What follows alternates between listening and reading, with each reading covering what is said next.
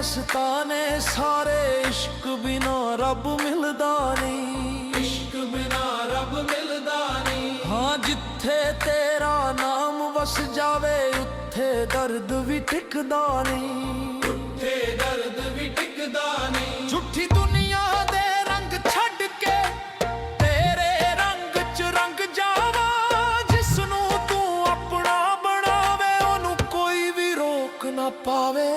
ਤੇਰੇ ਦਰ ਤੇ ਆ ਕੇ ਸਜਦਾ ਕਰ ਲਿਆ।